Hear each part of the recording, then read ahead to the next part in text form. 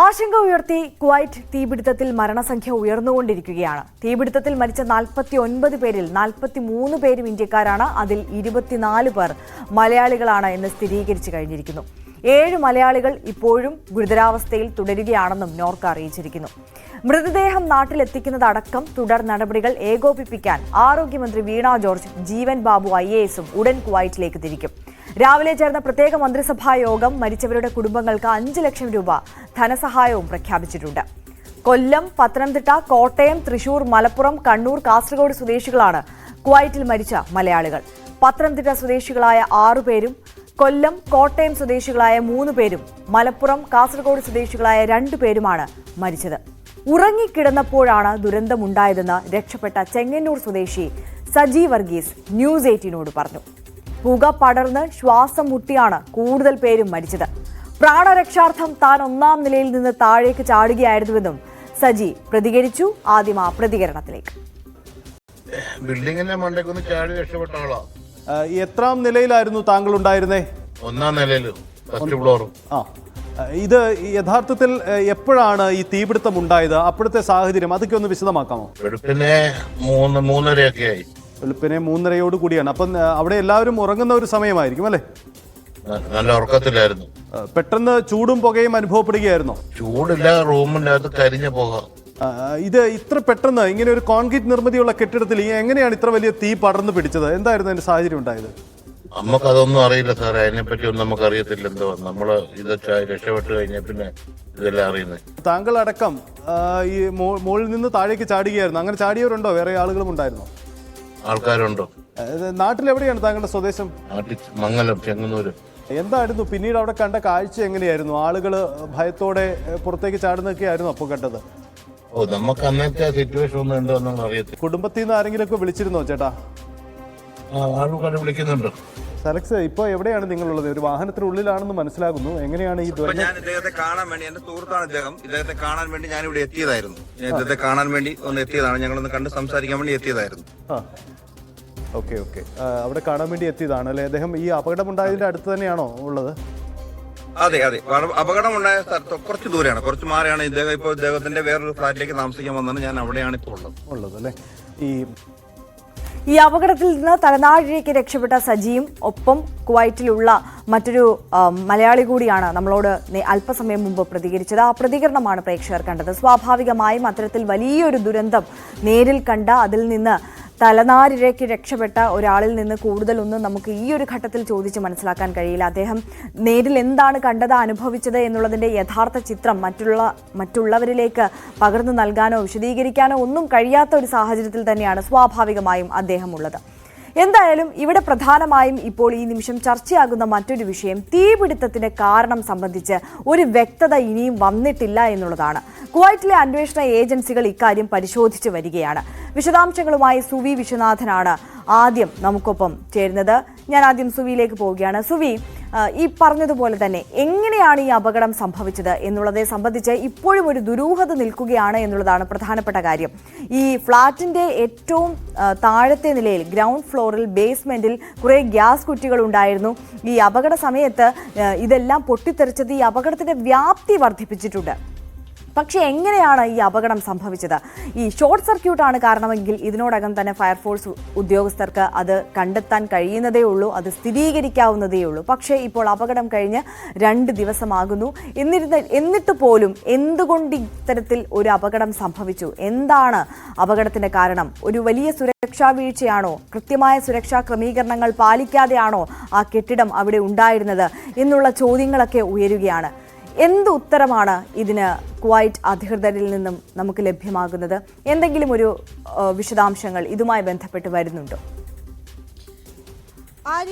ആര്യ ചോദിച്ച ആ രാജ്യത്തെ നടുക്കിയ ഈ തീപിടുത്തത്തിന്റെ കാരണങ്ങളിലേക്ക് ഇനിയും എത്തേണ്ടിയിരിക്കുന്നു എന്ന മറുപടിയാണ് നൽകാൻ ഉള്ളത്. അതിന്റെ യഥാർത്ഥ കാരണം ഇനിയും കണ്ടെത്താൻ സാധിച്ചിട്ടില്ല. ആര്യ പറഞ്ഞതുപോലെ തന്നെ ഇത് ഷോർട്ട് സർക്യൂട്ട് ആണ് എന്ന വിവരമാണ് നിലവിൽ നമുക്ക് ലഭ്യമാകുന്നത്. സുരക്ഷാ ജീവനക്കാരൻ താമസിച്ച റൂമിൽ ഷോർട്ട് സർക്യൂട്ട് ഉണ്ടാകുന്നു. അവിടെ 2 ഡസനിലധികം ഗ്യാസ് സിലിണ്ടറുകൾ സൂക്ഷിച്ചിരുന്നു. ആ ഗ്യാസ് സിലിണ്ടറുകൾ പൊട്ടിത്തെറിച്ചാണ് മരണം ഇത്രയും വലിയ തോതിൽ ഒരു തീപിടുത്തം ഉണ്ടായത് എന്നാണ് പ്രാഥമികമായ ഒരു വിലയിരുത്തൽ. അതിനപ്പുറത്തേക്ക് ഒരു വിലയിരുത്തലിലേക്കും കാര്യങ്ങൾ കടന്നിട്ടില്ല. അങ്ങനെ 6ാം നിലയിലേക്കും 7ാം നിലയിലേക്കും ഈ തീ പടരുന്ന ഒരു സാഹചര്യം ഉണ്ടായിരുന്നു. രാവിലെ 4 മണിയോടുകൂടിയാണ് ഇത്തരത്തിൽ ഒരു അപകടം നടക്കുന്നത്. ആ 4 മണിക്ക് അപകടം നടന്ന ഉടൻ തന്നെ ഏതാണ്ട് ഒരു 10-15 മിനിറ്റിനോടകം തന്നെ ഫയർഫോഴ്സ് ഉദ്യോഗസ്ഥർക്ക് ഇതുമായി ബന്ധപ്പെട്ട് ഇത്തരത്തിൽ ഒരു കെട്ടിടത്തിൽ വലിയ തോതിലുള്ള തീപിടുത്തം ഉണ്ടായിരിക്കുന്നു എന്നത് സംബന്ധിച്ച വിവരം ലഭിക്കുകയും അവർ അവിടെ നിന്ന് ഓടി ഈ കെട്ടിടത്തിന് അടുത്തേക്ക് എത്തുകയും ചെയ്തിരുന്നു. അപ്പോൾ മുതൽ തന്നെ ഇത് രക്ഷാപ്രവർത്തനത്തിനുള്ള കാര്യങ്ങൾ ചെയ്യുകയും ചെയ്തിരുന്നു. പക്ഷേ എങ്കിൽ പോലും ഈ രക്ഷാപ്രവർത്തനം പൂർത്തിയാകാൻ ഉൾപ്പെടെ മണിക്കൂറുകൾ നീണ്ടുപോകുന്ന ഒരു സാഹചര്യമുണ്ടായി. ഏറ്റവും എടുത്തു പറയേണ്ട ഒരു കാര്യം, മരണസംഖ്യ ഇത്രയും ഉയരാനുള്ള ഒരു കാര്യം എന്ന് പറയുന്നത് തൊഴിലാളികൾ വിശ്രമ വേളയിലായിരുന്നു, അതായത് ഉറക്കത്തിലായിരുന്നു. അതുകൊണ്ട് തന്നെ തീ പടർന്നു പിടിച്ചത് ഇവർ അറിഞ്ഞിട്ടില്ല എന്നത് ഒരു കാര്യം. രണ്ടാമത്തെ കാര്യം, ഏറ്റവും എളുപ്പത്തിൽ തീ പടർന്നു പിടിക്കുന്ന വസ്തുക്കളാണ് ഇവിടെ ഉപയോഗിച്ചിരിക്കുന്നത് എന്നത് മറ്റൊരു രണ്ടാമത്തെ കാര്യം. അതായത് റൂമുകൾ, ഓരോ മുറിയിലും 3 പേർ വീതമാണ് താമസിച്ചിരുന്നത് എന്നാണ് നമ്മളോട് സംസാരിച്ചവർ പറഞ്ഞിരുന്നത്. അപ്പോൾ ഈ റൂമുകൾ വേർതിരിച്ച് വെച്ചിരുന്നത് എളുപ്പത്തിൽ തീ പിടിക്കുന്ന വസ്തുക്കൾ ഉപയോഗിച്ചായിരുന്നു. അതുകൊണ്ട് തന്നെ തീ പടർന്നു പിടിക്കാൻ ഇത് ഇടയാക്കി. അത് തീ പടർന്നു പിടിച്ചതോടുകൂടി ആളുകൾക്ക് അവിടെ നിന്ന് പുറത്തേക്ക് പോകാൻ സാധിച്ചില്ല.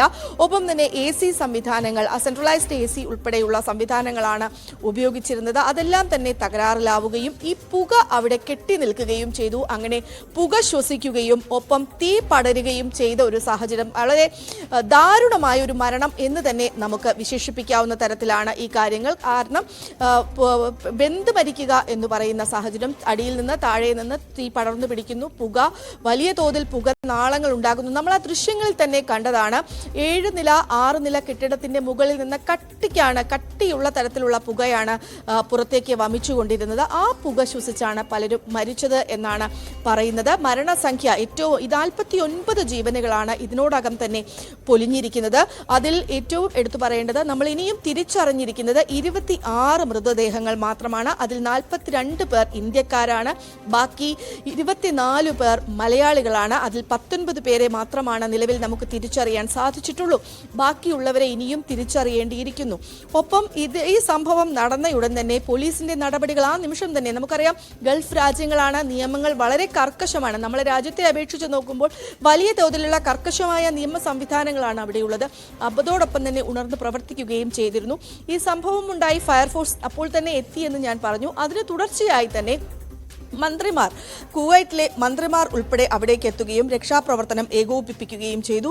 വെന്റിലേഷനുകൾ സാധാരണഗതിയിൽ ഇല്ലാത്തതുകൂടെ ഇതിനൊരു കാരണമായേക്കാം എന്നൊരു വിലയിരുത്തൽ കൂടെ പുറത്തേക്ക് വരുന്നുണ്ട്. പക്ഷേ ഇതെല്ലാം തന്നെ വിലയിരുത്തലുകളോ അല്ലെങ്കിൽ അവലോകനങ്ങളോ മാത്രമാണ്. എന്താണ് യഥാർത്ഥ കാരണം എന്ന് സംബന്ധിച്ചൊരു റിപ്പോർട്ടോ അല്ലെങ്കിൽ അത്തരത്തിലുള്ള സാങ്കേതികമായ അല്ലെങ്കിൽ അത്തരത്തിലുള്ള കാര്യങ്ങളിലേക്ക് ഇനിയും കടന്നു ചെന്നിട്ടില്ല എന്നതാണ് യാഥാർത്ഥ്യം. എങ്കിൽ കൂടിയും പരസ്യമായി അല്ലെങ്കിൽ കൂടിയും ഒരു സുരക്ഷാ വീഴ്ച ഉണ്ടായി എന്ന കാര്യം കുവൈറ്റ് സമ്മതിക്കുന്നുണ്ട്. ആ സുരക്ഷാ വീഴ്ച എന്ന് പറയുന്നത് കെട്ടിടങ്ങൾ കൃത്യമായ മാനദണ്ഡങ്ങൾ പാലിക്കാതെയാണ് അവിടെ പ്രവർത്തിച്ചത് എന്ന കാര്യവും പറയുന്നുണ്ട്. ആ രീതിയിലുള്ള തരത്തിലാണ് ഇപ്പോൾ കുവൈറ്റിൽ നിന്നുള്ള അന്വേഷണം പുരോഗമിക്കുന്നത്.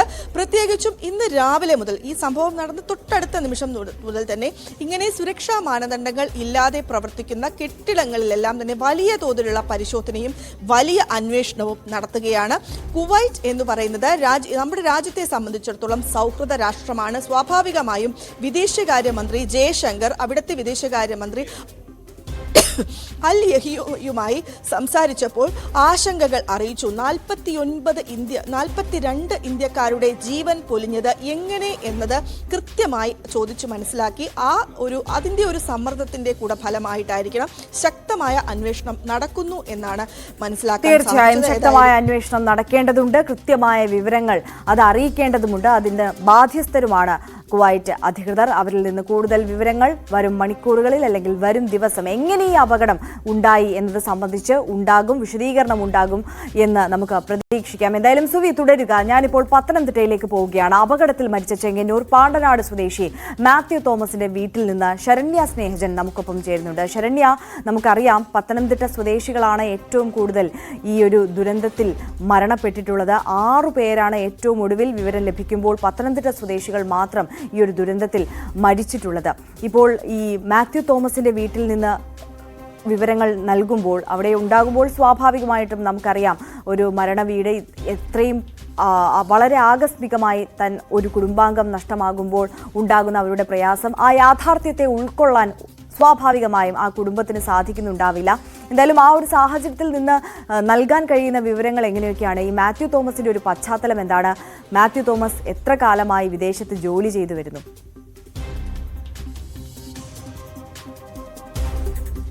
ദീർഘകാല പ്രവാസ ജീവിതത്തിന് ഉടമയാണ് മാത്യു തോമസ്. 30 വർഷത്തിന് മേളിലായി അദ്ദേഹം ഈ വിദേശത്ത് ഈ കമ്പനിയിൽ തന്നെ, അതായത് NDBC കമ്പനിയിൽ തന്നെ ജോലി ചെയ്ത് വരികയായിരുന്നു എന്നുള്ളതാണ് നമ്മൾക്ക് ഇവിടെ വന്നപ്പോൾ മനസ്സിലാക്കാൻ കഴിഞ്ഞിട്ടുള്ള. നിരണം സ്വദേശിയാണ്. ഇപ്പോൾ ഭാര്യയും കുട്ടികളുമായി പാണ്ടനാട് ആണ് അദ്ദേഹത്തിന്റെ താമസം. നമ്മൾക്ക് പുറകിൽ കാണുന്ന അദ്ദേഹത്തിന്റെ വീടാണ്.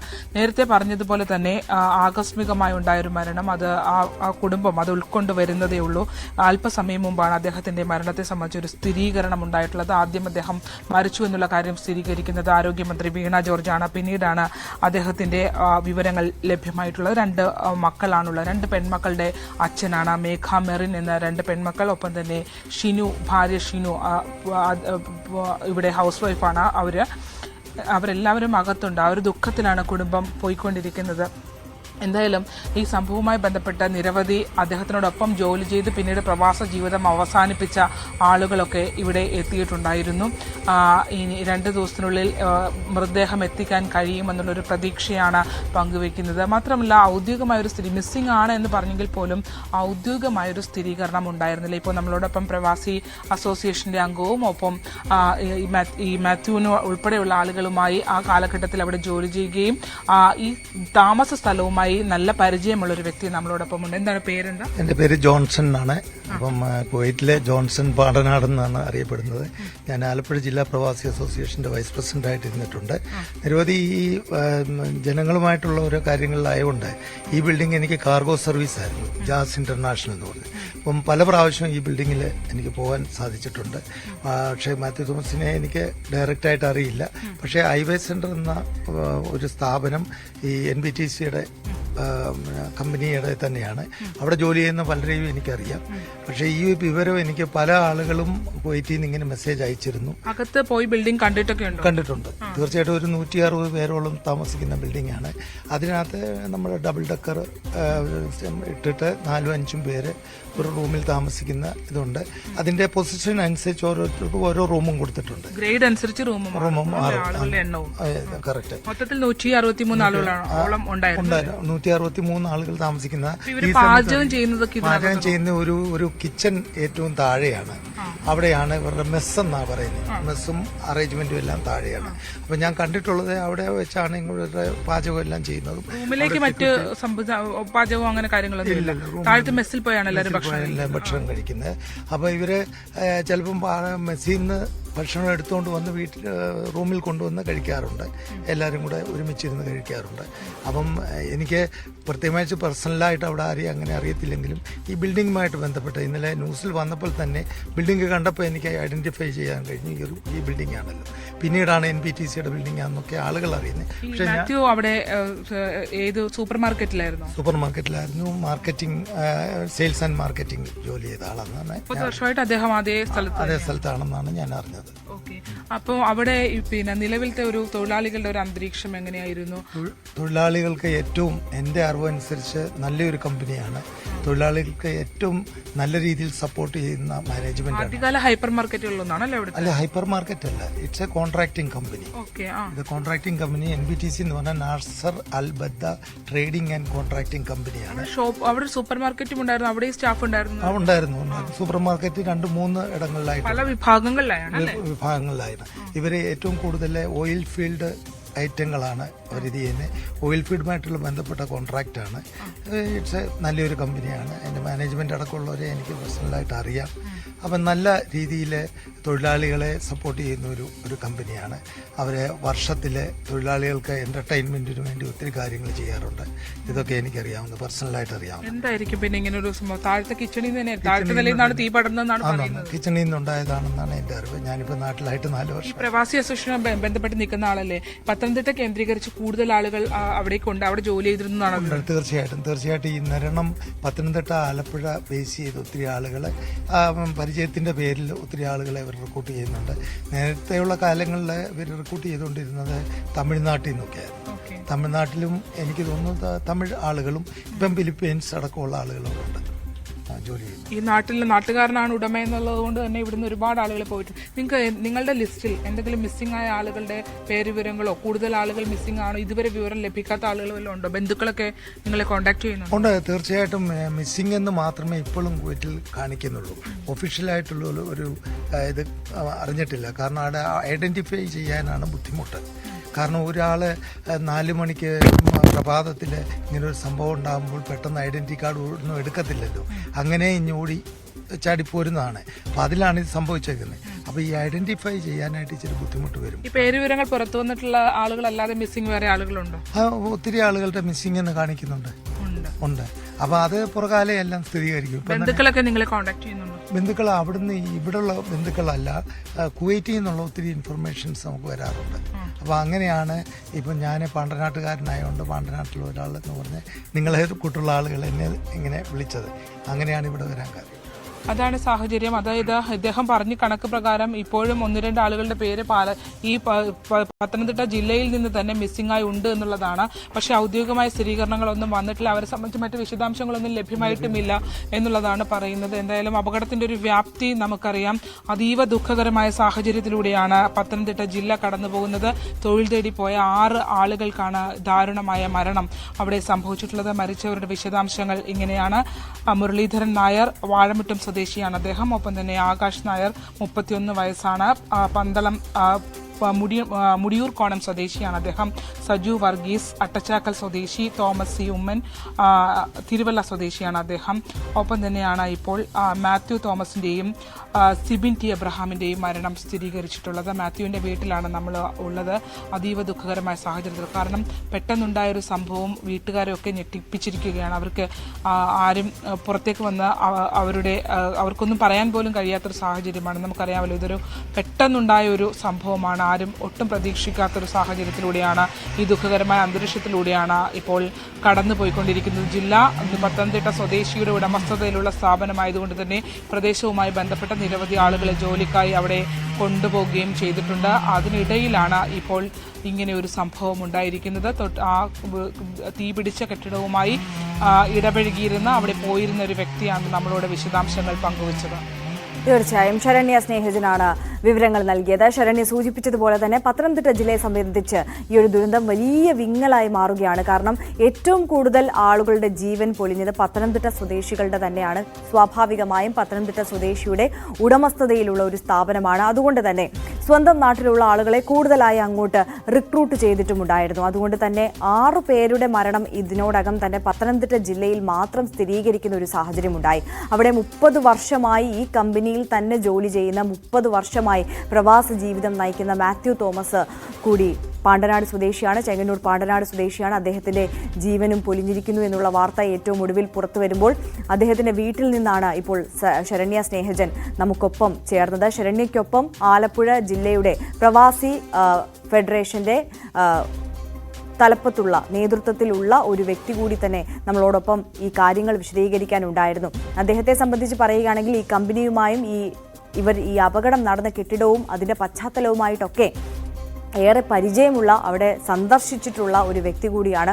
അതുകൊണ്ട് തന്നെ അദ്ദേഹത്തിന് കൂടുതൽ വിവരങ്ങൾ കൂടി നമ്മളുമായിട്ട് പങ്കുവെക്കാൻ കഴിഞ്ഞിരുന്നു. ഇനിയും കുറേ ആളുകളെ കാണാനുണ്ട്, കണ്ടെത്താനുണ്ട് എന്നുള്ള സൂചന കൂടി അദ്ദേഹം പങ്കുവെക്കുന്നുണ്ട്. പക്ഷെ അതൊന്നും സ്ഥിരീകരിക്കാവുന്ന റിപ്പോർട്ടുകളല്ല. സ്വാഭാവികമായും അധികൃതർ തന്നെ സ്ഥിരീകരിക്കേണ്ട കാര്യങ്ങൾ കൂടിയാണ്. അതോടൊപ്പം തന്നെ ഈ അപകടം എങ്ങനെ നടന്നു എന്നതിനെ സംബന്ധിച്ച് അദ്ദേഹത്തിന് ലഭിച്ച സൂചന അദ്ദേഹം പങ്കുവെക്കുകയുണ്ടായി. താഴത്തെ നിലയിലാണ് അവിടുത്തെ മെസ്സ് പ്രവർത്തിച്ചിരുന്നത്. അവിടെ നിന്ന് ഉണ്ടായ തീപിടുത്തമാണ് ആ കെട്ടിടം ഒന്നാകെ അഗ്നിക്കിരയാകുന്ന തരത്തിലേക്ക് വലിയ ദുരന്തമായി മാറിയത് എന്നുള്ള സൂചന കൂടി അദ്ദേഹം പങ്കുവയ്ക്കുകയാണ്. ഇനി നമ്മൾ പോകുന്നത് മലപ്പുറത്തേക്കാണ്. CV അനുമോദ് അവിടെ നിന്ന് ചേരുന്നുണ്ട്. അനുമോദ്, നേരത്തെ നമ്മൾ ബാഹുലേയൻ എന്ന് പറയുന്ന വ്യക്തിയുടെ വീട്ടിൽ നിന്ന് അനുമോദ് നമുക്കൊപ്പം ചേരുകയുണ്ടായി. ബാഹുലേയൻ ഇത്തരത്തിൽ ജീവിതം കരുപിടിപ്പിക്കാൻ വേണ്ടി കടൽ കടന്നു പോയൊരു വ്യക്തിയാണ്. പ്രവാസ ജീവിതം നയിച്ച് ആ കുടുംബത്തിൻ്റെ അത്താണിയായി മാറിയ ഒരു മനുഷ്യനായിരുന്നു. അദ്ദേഹം കൂടി ഈ ഒരു അപകടത്തിൽ പൊലിഞ്ഞു എന്നുള്ള ഏറെ ദുഃഖകരമായ വാർത്ത നേരത്തെ നമ്മൾ പങ്കുവച്ചതാണ്.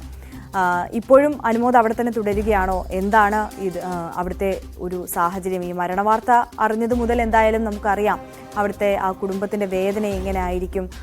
ഒരു തരത്തിലും അവർക്ക് അംഗീകരിക്കാൻ കഴിയില്ല, വിശ്വസിക്കാൻ കഴിയത്തില്ല. ആ തരത്തിൽ വലിയ ഒരു ആഘാതത്തിലായിരിക്കും, വേദനയിലായിരിക്കും. ഈ മൃതദേഹം നാട്ടിലേക്ക് എത്തിക്കുന്നതുമായി ബന്ധപ്പെട്ടിട്ടൊക്കെ അധികൃതരിൽ നിന്ന് കൂടുതൽ വിവരങ്ങൾ അവർക്ക് ഇതിനോടകം ലഭിച്ചിട്ടുണ്ടോ അനുമോദ്?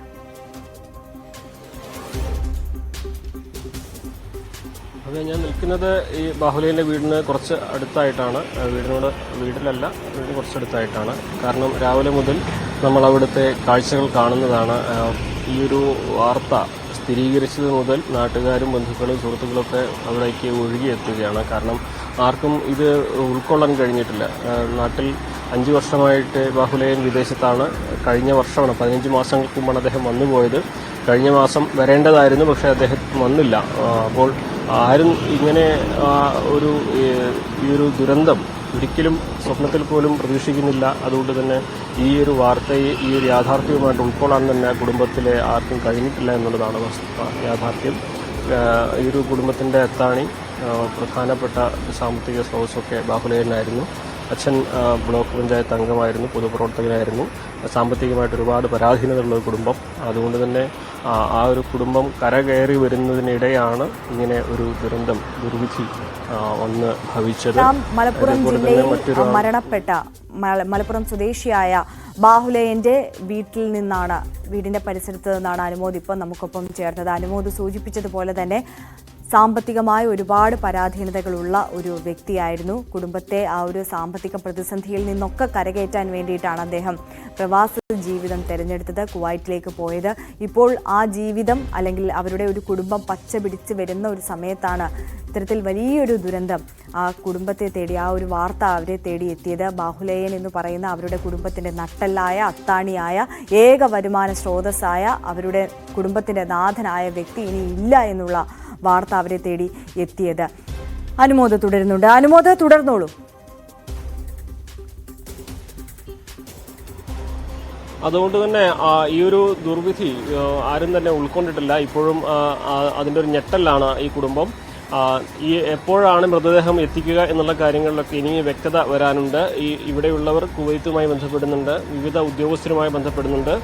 നാളെയോടെ എത്തൂ എന്ന സൂചനയാണ് ഇവർക്ക് ലഭിക്കുന്നത്. അതിൽ തന്നെ മൃതദേഹം എങ്ങനെയാണ് കൊണ്ടുവരിക എന്നതിലും ചില അവ്യക്തതകളുണ്ട്. കാരണം ഡൽഹിയിൽ വന്നിട്ട് അവിടെ നിന്ന് പിന്നെ കേരളത്തിലേക്ക് ഒരുമിച്ച് മൃതദേഹങ്ങൾ കൊണ്ടുവരികയാണോ ചെയ്യുക? കാരണം ഒരുപാട് മരണങ്ങൾ ഉണ്ടായിട്ടുള്ളത് കൊണ്ട് തന്നെ അതെങ്ങനെയാണ് എന്നുള്ള കാര്യത്തിൽ ഒരു ധാരണ ഇപ്പോഴും കൈവന്നിട്ടില്ല. മറ്റൊരു വ്യക്തി കൂടി ഈ ഒരു ദുരന്തത്തിൽ മരിച്ചത് കൂട്ടായി സ്വദേശി നൂഹാണ്. അദ്ദേഹം 3 മക്കളാണ് അദ്ദേഹത്തിനുള്ളത്. അദ്ദേഹം 2 തവണ ഹൃദയാഘാതം വന്ന് ഹൃദ്രോഗിയായ ഒരു വ്യക്തിയാണ്. അദ്ദേഹത്തിൻ്റെ മരണവും ഇന്നലെ രാത്രിയാണ് സ്ഥിരീകരിച്ചത്. അദ്ദേഹത്തിൻ്റെ ബന്ധുക്കൾ കുവൈത്തിലുണ്ടായിരുന്നു. ഈ ഒരു അപകടം നടന്നു എന്നറിഞ്ഞപ്പോൾ തന്നെ അദ്ദേഹത്തിൻ്റെ ബന്ധുക്കൾ കുവൈത്തിൽ ഇദ്ദേഹത്തിൻ്റെ ഫോട്ടോ കാണിച്ച് അന്വേഷിച്ചപ്പോഴാണ് മോർച്ചറിയിൽ നിന്ന് അദ്ദേഹത്തിൻ്റെ മൃതദേഹം കണ്ടെത്തിയത്. ഈ 2 മരണങ്ങളാണ് മലപ്പുറത്ത് സ്ഥിരീകരിച്ചത്. കൂടുതൽ മരണങ്ങൾ ഉണ്ടാകാതിരിക്കട്ടെ.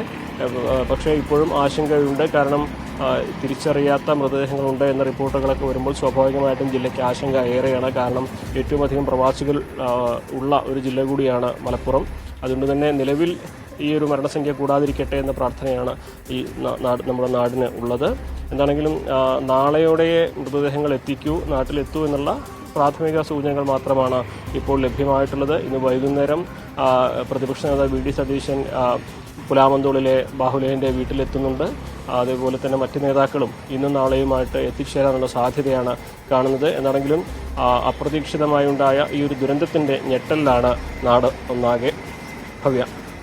തീർച്ചയായും CV അനുമോദാണ് വിവരങ്ങൾ നൽകിയത്. എന്തായാലും അനുമോദ് സൂചിപ്പിച്ചതുപോലെ തന്നെ മലപ്പുറം ആ ഒരു 2 പേരുടെ ജീവനാണ് 2 മലപ്പുറം സ്വദേശികളുടെ ജീവനാണ് പൊലിഞ്ഞത്. ആ വിയോഗത്തിന്റെ ഞെട്ടലിലാണ് കേരളക്കര ഒന്നാകെ. ഈ ഒരു വലിയ ദുരന്തത്തിന്റെ ഞെട്ടലിൽ നിന്ന് ഇനിയും മാറിയിട്ടില്ല. അനുമോദ് സൂചിപ്പിച്ചതുപോലെ തന്നെ ഇനിയൊരു മലപ്പുറം സ്വദേശി എന്നല്ല, ഒരു മലയാളിയുടെ കൂടെ മരണവാർത്ത കേൾക്കാതിരിക്കട്ടെ, അത്തരത്തിലൊരു വാർത്ത ഇനി തേടിയെത്താതിരിക്കട്ടെ എന്നുള്ള വലിയ ആഗ്രഹത്തിലും പ്രാർത്ഥനയിലും പ്രത്യാശയിലും ഒക്കെയാണ് മലയാളികൾ ഓരോരുത്തരുമുള്ളത്.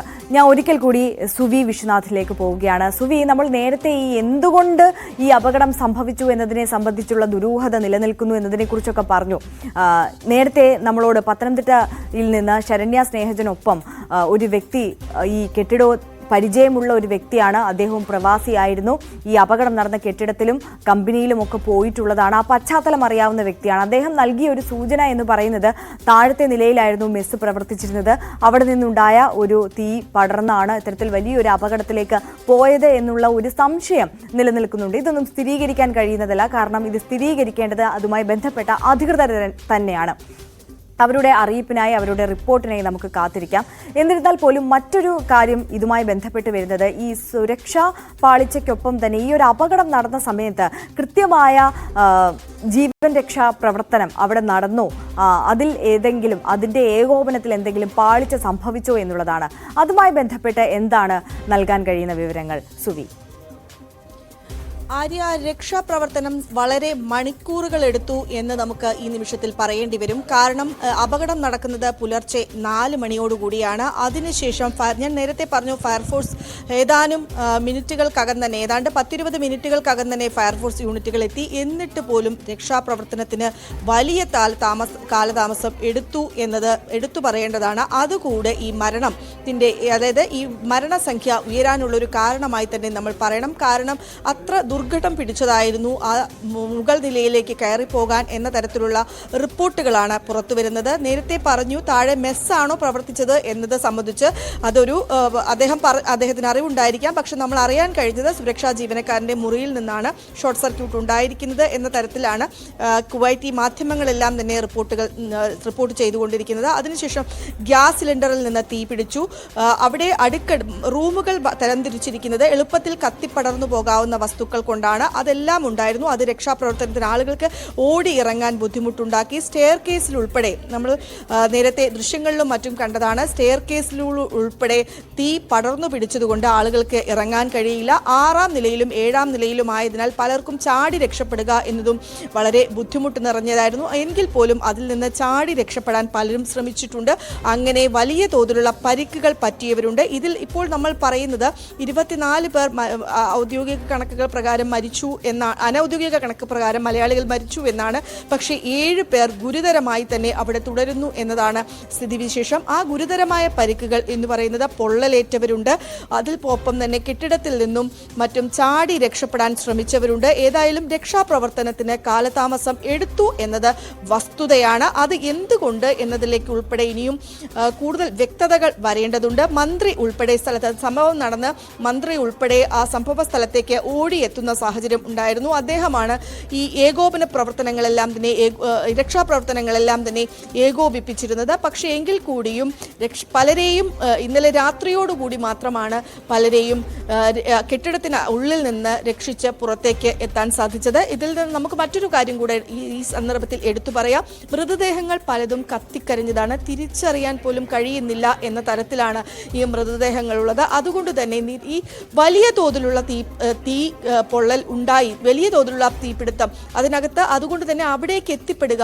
എന്നതും ബുദ്ധിമുട്ട് നിറഞ്ഞതായിരുന്നു. കുവൈറ്റിനെ സംബന്ധിച്ചിടത്തോളം രക്ഷാപ്രവർത്തനം അല്ലെങ്കിൽ ഇത്തരത്തിലുള്ള ഈ അഗ്നിശമന സേന സാധനങ്ങളെല്ലാം തന്നെ കിട്ടുക എന്ന് പറയുന്നത് അത്ര ബുദ്ധിമുട്ട് നിറഞ്ഞ കാര്യമാണ് എന്നെനിക്ക് തോന്നുന്നില്ല.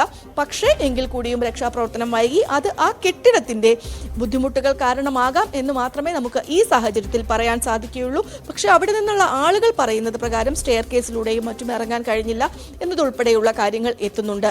ആര്യ, തീർച്ചയായും വളരെ പ്രധാനപ്പെട്ട ചില കാര്യങ്ങളാണ് സുവി വിശ്വനാഥ് ഇപ്പോൾ പറഞ്ഞത്. സുവി സൂചിപ്പിച്ചതുപോലെ തന്നെ കുവൈറ്റ് നമുക്ക് അറിയാവുന്നതാണ്, വളരെ സുരക്ഷാ ക്രമീകരണങ്ങളുള്ള, സംവിധാനങ്ങളുള്ള ആധുനിക രാജ്യമാണ്. അതുകൊണ്ട് തന്നെ അവിടെ നിന്ന് ഇത്തരത്തിൽ ഒരു അപകടം സംഭവിക്കുമ്പോൾ എവിടെയാണ് പാളിച്ച സംഭവിച്ചത് എന്നുള്ളത് നമ്മളെ എല്ലാവരെയും ആശങ്കപ്പെടുത്തുന്ന, അല്ലെങ്കിൽ അത്തരത്തിലൊരു സംശയം നമ്മുടെ മുമ്പിലേക്ക് വരുന്നതാണ്. എന്തായാലും അതുമായി ബന്ധപ്പെട്ടിട്ടുള്ള കൂടുതൽ വിശദാംശങ്ങൾ അധികൃതർ ഉടൻ തന്നെ കൈമാറും.